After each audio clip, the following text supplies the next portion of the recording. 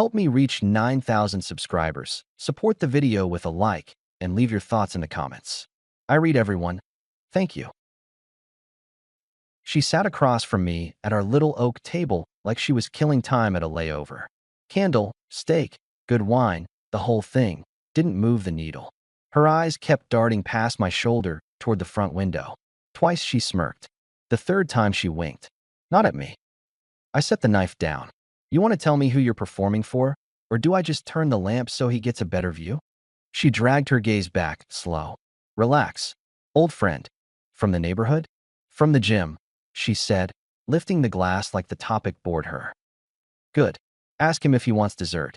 I made enough for 3. She made that tight face she reserves for when I nail the point. You're being ridiculous. Only because you're making it easy. I leaned back. Want me to move seats so he can read my side profile? She pushed the plate away and stood. You know what? I lost my appetite. Don't worry, I said. I'll save your steak for your old friend. She shot me a glare and grabbed her phone, thumbs flying. I took a bite and watched her go, heels ticking down the hall. Candlelight does interesting things to an empty chair. If I'd known where it was headed, I would have boxed that steak sooner. Next night, neighborhood barbecue at Nate's place 2 doors down. Nate's a contractor with a big laugh and the kind of yard people rent for graduation photos. We're tossing beanbags, music low, kids running laps around a blow-up slide. Danielle moves through the crowd like she's at a casting call. Hand on a guy's sleeve here, lingering hug there, laughter 1 notch too high. If I wanted to feel invisible, I could have stayed home and stared at the fridge. Nate nudged me with his elbow. You good, man? I'm collecting data. You want me to cut her out of the team? He jerked his chin toward the cornhole boards. Danielle was there with a tall guy from Nate's crew, grinning like she just won something. I'm not her warden, I said. I'm just revising a budget. Budget? Time and access. She's running a deficit. Nate exhaled. You're colder than that beer. I'm just done pretending the math works. Danielle sauntered over. We're up. You coming? Pass, I told her. You're on a roll with? Ty. The tall guy supplied, scratching his beard. Ty, I repeated. Don't let her talk you into double or nothing. She moves goalposts. She tilted her head. You really want to do this here? Do what? State the obvious. Ty lifted his hands. I'm gonna grab a soda. Danielle stepped closer. You're being a jerk. I'm being clear. I checked my watch. We can play polite in front of neighbors. Tomorrow we switch some things. Such as, she folded her arms, daring. Your Thursday happy hour? Enjoy. I won't be there. Couples trivia on Saturdays? Off my calendar. Budget's tight. Meaning I don't fund events where I'm the punchline. I gave Nate a nod. Thanks for the burgers, buddy. Danielle caught my forearm. We're not done. I slid my arm free. We're actually just getting started. We walked home separately. She stayed on the sidewalk, texting. I cut through the yard and put the charcoal away. By the time she came inside, I had a notepad open on the counter. She tossed her bag down. What's that? Schedule, I said. I'm taking back my Sundays. No more dragging me to your coworker brunches. You also just took the guest room. The what? You're not a fan of my company these days. I'm returning the courtesy. Guest room's clean. Fresh sheets. You can have the white noise machine. She stared like she was waiting for a smile to tell her it was a joke. I didn't give her one. You're overreacting, she tried. You're under-respecting. That's not even a word. Neither is whatever you call what you've been doing. She breathed out through her nose, steady. You want me to grovel? I want you to stop acting like I'm not in the room. And the guest room helps with that how? It helps me sleep. She rolled her eyes and grabbed a glass of water. You'll be bored by Friday. Maybe, I said. Try me. She walked off with the glass like it was a trophy. 10 minutes later, she came back softer, almost careful. Look, she said, leaning on the counter, voice lower. Yesterday was weird. I was distracted. I shouldn't have been. I'm sorry. Thanks. That's it. Thanks. You wanted me to throw you a parade? I want you to stop punishing me. I'm not punishing anyone. I'm reorganizing. She nudged the notepad with a fingertip. Can we reset? We can try politeness, I said. We can also try honesty. When you look over my shoulder for an audience, say it's more fun than dinner with me. Then I can leave earlier. That's not what I said. It's what you did. I closed the notepad. Guest room's yours. Starts tonight. She held my gaze 2 beats, then straightened. Fine. She lasted exactly 2 days on the apology train. Thursday, she was stuck at the office, then swinging by Julia's place. Then phone died. The door clicked at 1:20 a.m. The next morning, she made extra coffee like that fixed the clock. You want a muffin? She asked, too bright. Not hungry. Don't be like that. I'm like this. At work, the day dragged. I run operations for a commercial flooring outfit. My foreman, Luis, watched me move boxes I don't normally touch. Boss, take 5, he said. You're reorganizing your spine. I need to wear myself out, I told him. He lobbed me a tape measure. Or talk to someone who won't lie to your face. I caught it and nodded. I'll call someone. I didn't call a friend. I called a private investigator whose card I'd pulled 6 months back when I helped my sister with a landlord mess. His name's Carter. Sounded like gravel and coffee. What's the job? He asked. I want to know where my wife spends Thursday nights, I said. Name, car, places she frequents. You sure you want this? I'm past wanting. I'm budgeting. Carter grunted. I like numbers, guys. They don't waste my time. Same, I said. How soon? I can start tonight. Do it. I hung up and felt the first clean breath I'd had all week. Not relief, not panic. Just clarity. If she was driving our car into a ditch, I wanted to know which ditch so I could stop paying for the gas. That evening, Danielle drifted around the house, soft again, like she could sense a door closing somewhere. You're quiet, she said, easing into the chair by my desk. I didn't like how we left it. I liked it fine. I miss us, she tried. The fun version. We're not a website you can refresh.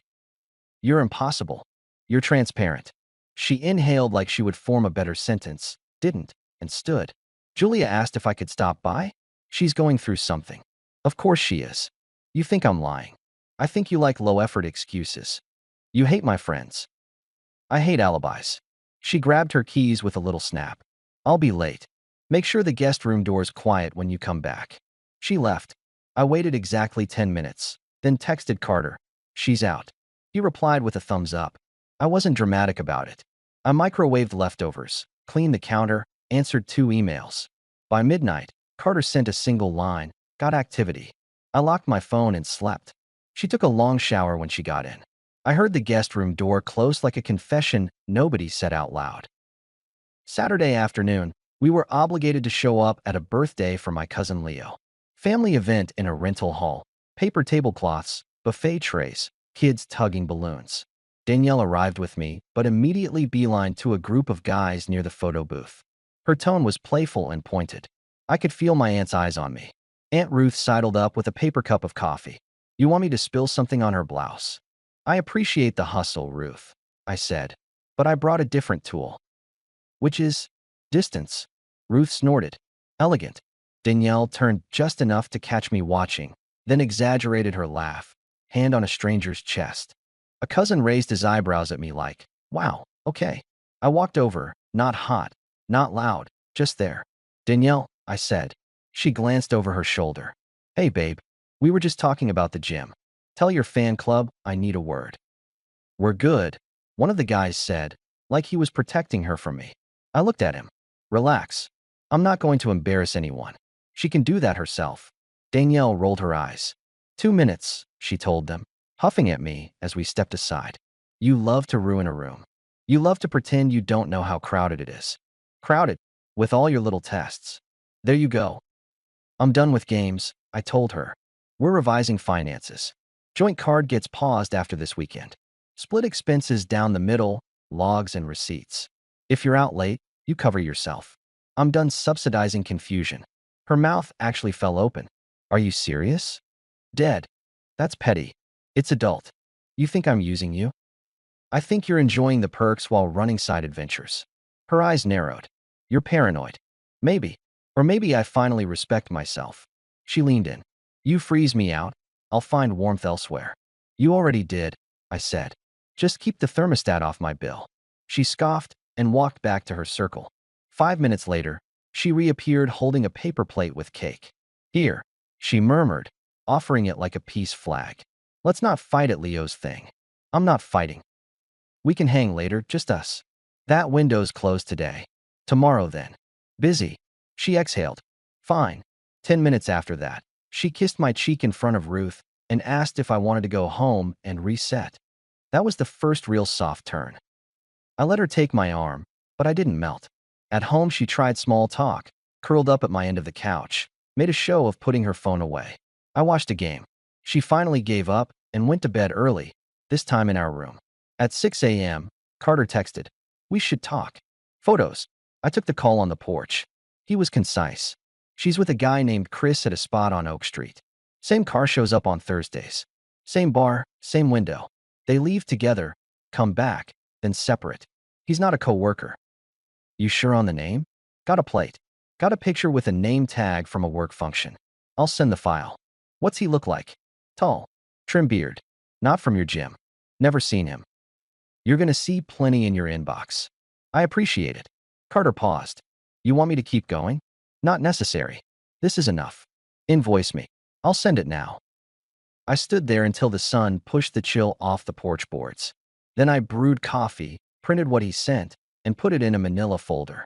It felt like balancing a ledger, numbers in, numbers out. Something ugly, finally itemized. When Danielle came downstairs, she was extra sweet.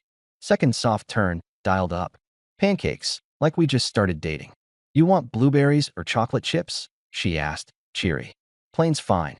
She plated them and sat close. "I thought about what you said about the card. You're right. We've been sloppy. We can fix it. We can fix anything with respect." I took a bite. "You willing to give that a shot?" "Of course. I've been stressed.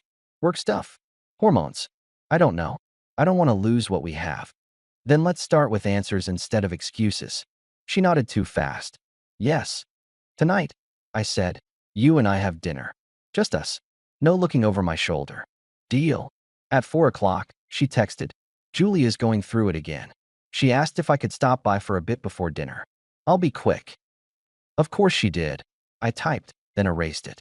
I replied, "At 6 I'm leaving for the restaurant. I'll see you there, or I won't." She sent a heart I didn't trust. At 5, I made another call. My attorney specializes in clean exits. I told him to prep the file. I wasn't in a mood to perform pain for anyone. I just wanted the door to shut properly. By 6, I was at the restaurant. At 6:30, still there. At 7, I paid for my own meal and left. In the parking lot, I called a locksmith whose number was already in my phone. "I've got a job tonight," I said. "Swap a deadbolt. I can be there in an hour." "Perfect." At 8:30, Carter pinged. "Oak Street again. Same window." He attached a photo through the glass. Danielle laughing at a joke I didn't get to hear, leaning in toward the beard I'd never met. That's when the temperature dropped to something clean. Not rage. Decision. I drove home. The locksmith was quick. I tipped him and set the new keys on the counter. Then I went to the closet and pulled her suitcases down. I packed like I pack for trips, efficient, folded, labeled, because chaos gives people excuses. Shoes, cosmetics bag, the coat she says is indispensable, charger cables. Everything she could claim she needed in an emergency went into the stacks by the door. On top, I put the manila folder and the signed divorce papers my attorney had sent electronically for my signature an hour earlier. Another stack held a printout with account changes and the new arrangement. Joint card frozen, utilities reshuffled, her name off my auto insurance, my savings transferred to a separate secure account that had always been mine but never used alone. I left copies for her records. No yelling, just facts. Her text came at 9:12. "Friend needs support." I couldn't say no. "Be home soon, don't worry." I wrote back, "Understood. No rush. Say hi to Chris from me." The phone rang before my message had time to breathe. I let it hum. It rang again and again, the picture of her smiling at Oak Street still open on my screen like a billboard. I set the phone face down, pocketed one new key, and stepped out. I didn't want a scene in my own living room. I locked the door I'd just replaced and slid into my truck. As I turned onto our street, her car appeared at the far end, headlights punching through the dusk, moving faster than the limit. She blew past me and then braked as if she'd recognized my silhouette. I didn't look back. If I made eye contact, we'd be in a performance again. I wasn't giving her audience tonight. I drove nowhere for a while. Past the hardware store, out to the industrial park where we store flooring rolls, through a strip of quiet townhouses where all the porches looked the same. Phone vibrating intermittently like a bug in a jar. 30 minutes. An hour. I parked at Luis's shop and texted him one line. Thanks for the tape measure. He wrote back. Anytime. You good? I responded, making space. By midnight, I headed home. The front step was empty. Inside, the stacks were gone, the papers too. On the counter, a note in Danielle's looping handwriting. Please call me. Let me explain. I dropped it in the trash and didn't just crumple it. I tore it in half and then again because I know how my brain works when it's tired. Leave yourself no puzzles to solve. I slept like I used to after double shifts when I was 25. The next morning at the job site, I told Luis and my crew what they needed to know. No melodrama, just updates. I'm going to be a little short-tempered this week, I said. Don't take it personal. Also, if a woman shows up looking like she wants to fight me in public, you didn't see me. Luis barked a laugh. Copy that. At 10, Danielle texted, I'll be home at noon. Please talk to me. I replied, I'll be gone by then. Leave the keys. At noon, Nate wandered into the warehouse with sandwiches.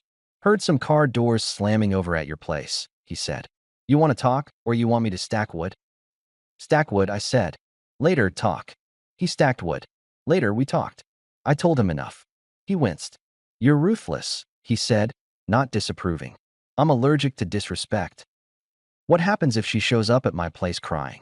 You give her water and send her home. You really done? I finished dinner at the table, I said. Everything since is housekeeping. That night Danielle tried again. We need to see a therapist, she wrote. I made mistakes. I'm ready to change. Good, I replied. Change without me. Please don't do this, she said. This is done. There's a quiet that comes with final decisions. You don't go hunting for old texts. You don't replay dates. You move accounts, change a lock, eat something with protein, and call your mother. My mother didn't say I told you so. She said, come by Sunday. I'm making chicken. I did. For 3 days, Danielle pinged every few hours. Variations of, I'm sorry. You're not perfect either. I was confused. I didn't do anything wrong. It didn't mean anything. It meant something, but not what you think. It's hard to keep a story straight when the truth is stamped on paper. On Wednesday morning, I stood at the service counter with Louise pricing adhesives when she came into the warehouse. She didn't look like a villain. She looked like someone out of air. Her voice carried just enough to make a small audience. We need to talk, she said. Not here, I told her. Then where? Nowhere. She stepped closer. Please. I messed up. I know that. I thought I needed something else. I was wrong. Louise slid away like a magician. A delivery guy paused with a dolly. I kept my hands on the counter. You want mercy, I said. I'm fresh out. I have respect. You can borrow some. It'll get you through the next 10 minutes. I will do anything. Do less, I said. Leave. Stop treating me like a criminal. Stop showing up where I work. She looked around, realized the eyes, and lowered her voice. I never wanted to hurt you. You wanted highs on the side without losing a safe house. You're not the first person to like comfort. Her shoulders slumped.